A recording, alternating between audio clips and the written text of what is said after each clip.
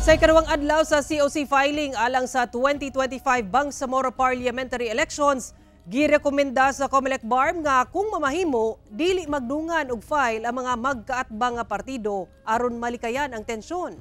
Atong sayro ng detalye niini sa live report ni Efren Mamak nga manukad sa Cotabato City. Efren.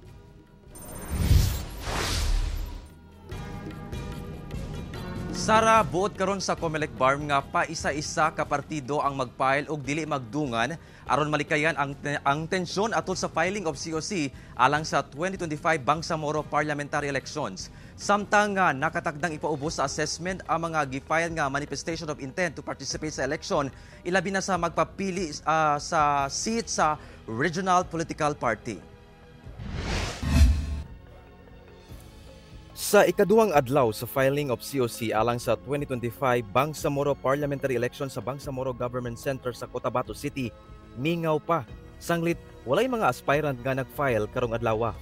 Sa ulahing tala sa COMELEC BARM sa seat sa District Representative, usa pa lang ang nag-file sa Maguindanao del Norte, duha sa Maguindanao del Sur, upat sa Lanao del Sur, usa sa Lanao del Norte, tulo sa Basilan ug tulusab sa Tawi-Tawi. Samtang usa pa lang ang nag-file og manifestation of intent to participate in the May 12, 2025 Bangsamoro Parliamentary Election sa buhatan sa BARM Election Office sa seat sa Regional Political Party. Apan, matud sa COMELEC BARM, ang mga mag-file sa maong seat gikinahanglang gyapong ipaubos sa assessment. But we're evaluating the same for purposes of requiring them, if the sufficient or complete yung requirements, we will require them to publish, no? Especially yung list of nominees. Samtang dunay pagpasabot ang COMELEC BARM kalabot sa mga partido o grupo nga dungan nga mag-file og COC sa mga COMELEC office, ilabi na kung kinsa ang unang nga matagad. Two things at the same time.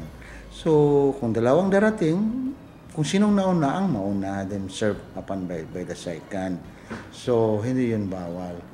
So, anaa matud pa sa kapinlibo ang na-deploy nga mga PNP personnel sa mga COMELEC office sa BARM. Dili matud pa sila magpakakampante, bisan og mingaw pa sa karon ang COC filing. Busa hugot gyapon nga seguridad ang gipatuman kauban ang Armed Forces of the Philippines ug ubang law enforcement agencies. Actually, yung security naman natin ay calibrated. Kung makita natin na medyo may gulo, siyempre magdagdag tayo. Pero so far, siya wala akong nakikitang indication na magiging magulo ang eleksyon na to, ang filing na to.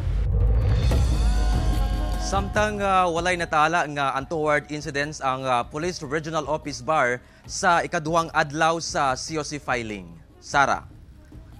Daghang salamat, Efren Mamak.